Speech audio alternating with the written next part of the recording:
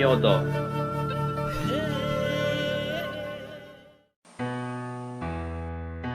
An introduction to Onmyodo.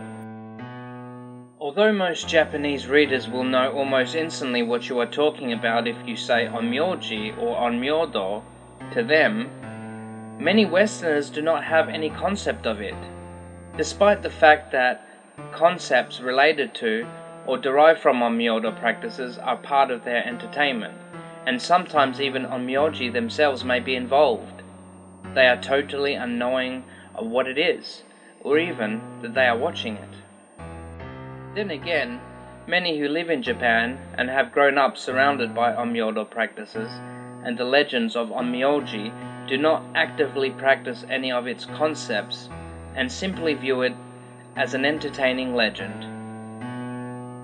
It serves its purpose to them in entertainment and, to some, in the practices carried on in Shinto and ritual Buddhism that were inspired over the years by Onmyodo and assimilated into those other religions.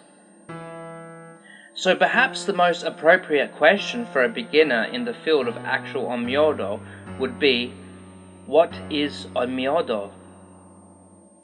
The simple answer is that it is a spiritual path that incorporates many practices into a way of finding personal balance and applying it to one's world. The more complex answer begins with an examination of the beginnings of Onmyodo and its history. Although history can only be definitively known by those who experienced it as current events, recorded history can be useful to us as a foundation of thought.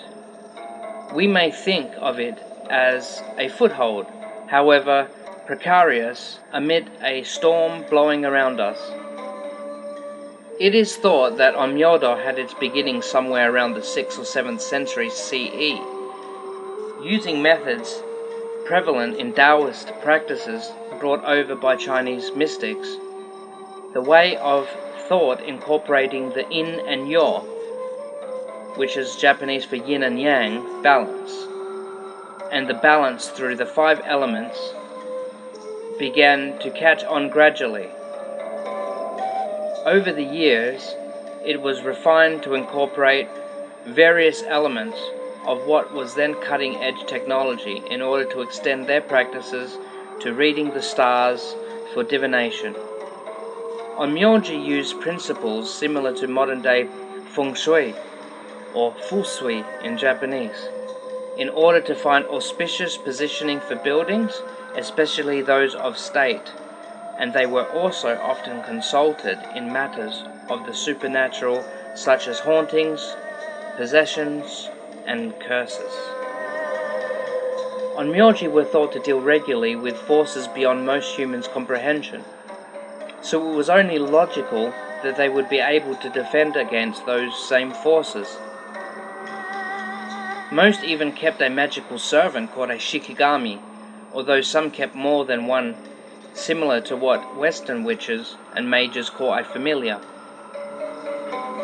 It was not unheard of for Onmyoji to act in more than one capacity by sending out their shikigami to resolve one aspect of a problem, while the Onmyoji, him or herself, resolved another.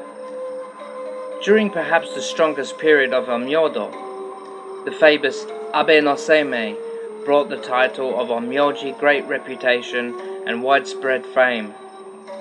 Said to be the product of a marriage between a kitsune, magical fox being, and a human, Abe no Seimei was a plainly spoken man with great power. He quickly became essential to the ruling families and was said to have had many great adventures and at least 12 shikigami.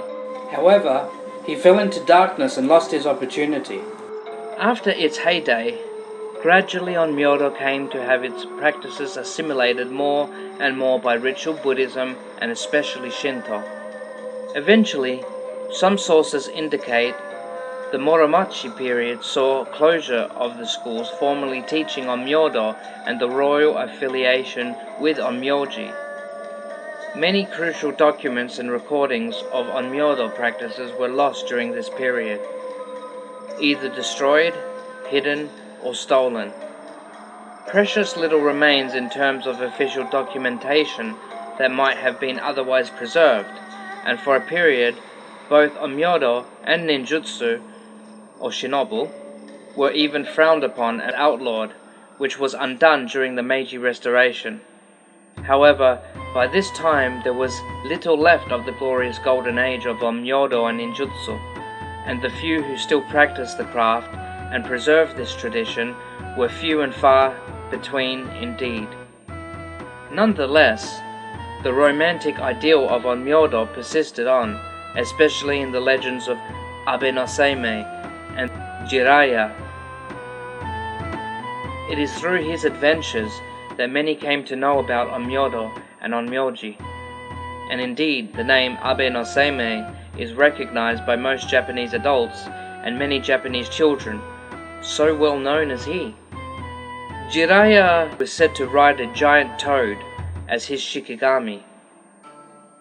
Even outside of Buddhist and Shinto practices inspired by Onmyodo, in popular culture, the romantic concept of Onmyoji lives on as youths in animated series called upon game cards that come to life and do their bidding just like an Onmyoji would a shikigami in days past. So even if they have been unable to put a label upon it, they know the concept as they had been born into it.